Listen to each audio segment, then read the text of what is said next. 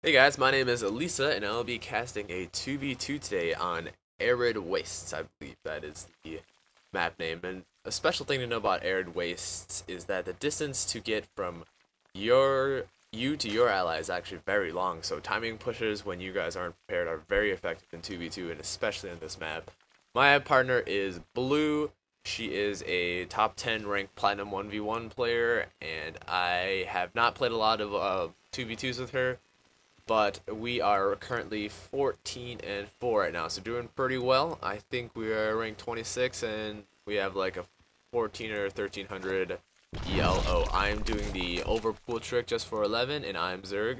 As always, we are against Terran and Protoss, RedDaemon, and Jughead. If we take a look at the APM, apparently she is able to maintain a almost 300 average APM.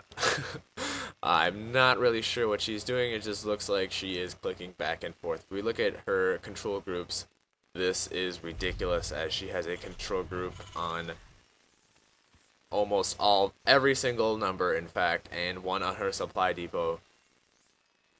And I think I think 3 through 7 are all in her barracks, so kind of redundant, but she is a very strong player, very good macro player, very good micro player, so we'll see what she does this game. I tell her I'm doing the usual. I have a 14 pool right now. I usually like to 14 pool and not expand, actually. In 2v2, I put a hatchery right here, I go double queen, and I spam +1 Zergling with, or +1 Speedling with Banelings. Right now, let me pause for a second and go back. This is an extremely good play by me, if I do say so myself. Right now, my drone has come in here. I have killed that SCV that was just building. He is trying to lift up his barracks to put down his tech lab, but he is unable to. I am moving my drone underneath that barracks just so it can't land. I know he's going Reapers, because Terrans who like to go Reapers do not wall off their base with barracks just so we can't see the tech lab, usually. And right now, he is losing tons of time trying to put down that barracks, and I am still kiting the crap out of it. Apparently, if you block the tech lab, it can still land, so I'll keep that in mind for next games. You actually have to block the barracks itself and not the tech lab. I don't even need a scout. I know exactly what he's doing. He is building a second barracks, and I am congratulated for my good delay.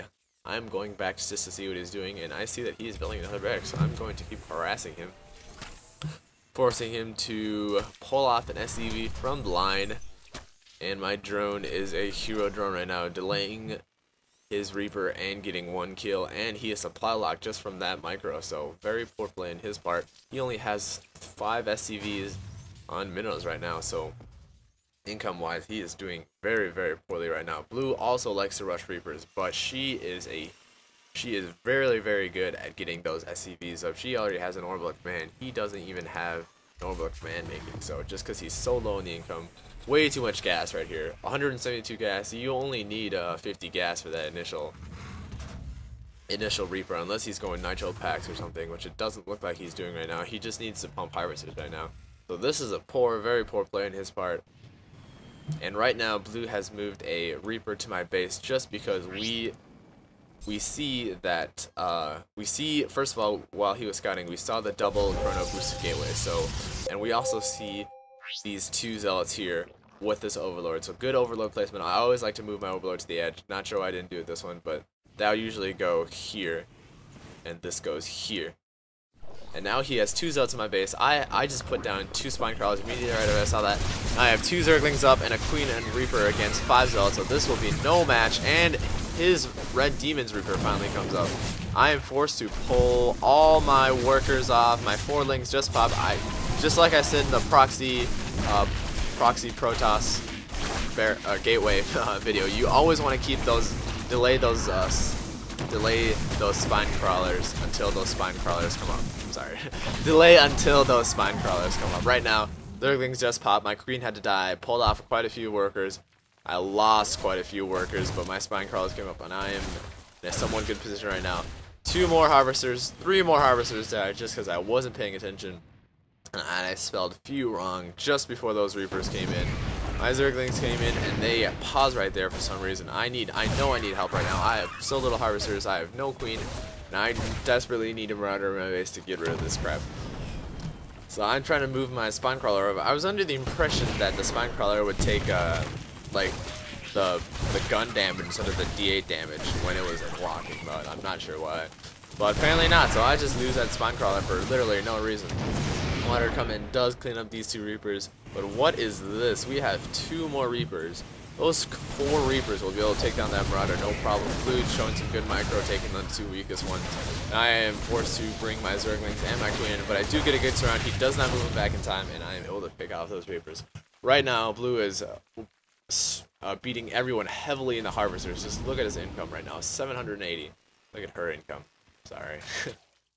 And I am in the lowest. I tell him not to babysit me. I'm just going to put up a few static defenses. I want him to go counter it, because that is the only chance we have right now. Still not on gas. I actually don't need gas right now. I already have my 100 in case I need a tech, so I just need to pump drones, get Harvesters, get a few static defenses, and be able to help Blue in like a few minutes. Right now, he is bringing 1 medevac. This is very strange. 1 medevac with 3 Marauders is not going to cause a lot of damage, but keep in mind that her micro is extremely good, so we'll see what she does with this.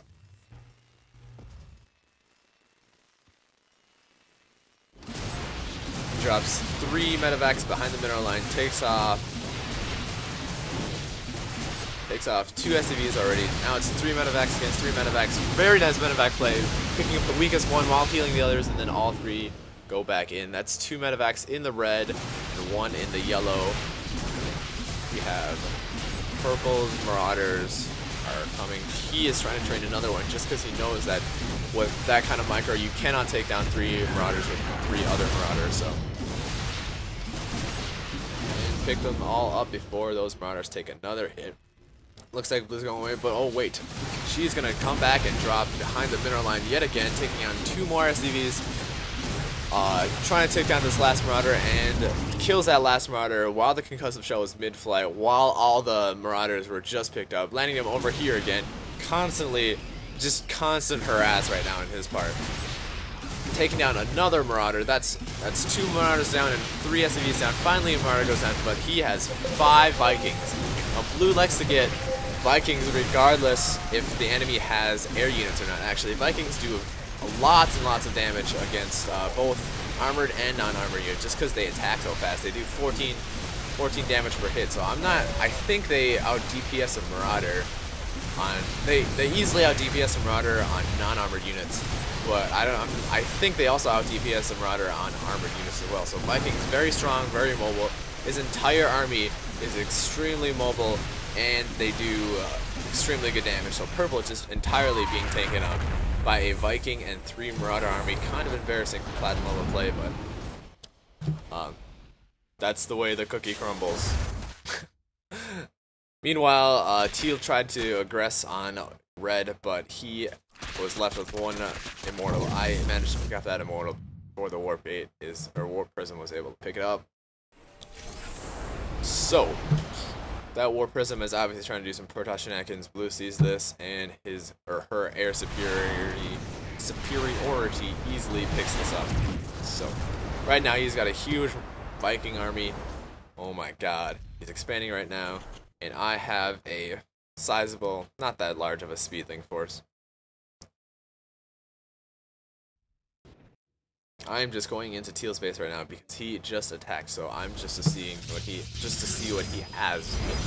And I see that he only has a few stalkers. Lings are pretty good against stalkers, so I just go in and start attacking. Blue comes in with his massive air army with no against a army that has no air in sight, so pretty interesting Viking play. You never usually see this in gold games where someone just gets Vikings. Not even to counter air units, just that's like an added bonus. She just uses them for their extra mobility. They're like Marauders that can just land instantly and do really good damage actually. So Vikings in ground form do pretty good damage. This is a nice 2v2. I actually had more Lings coming. That was unnecessary. So yeah, that's game. See you guys later.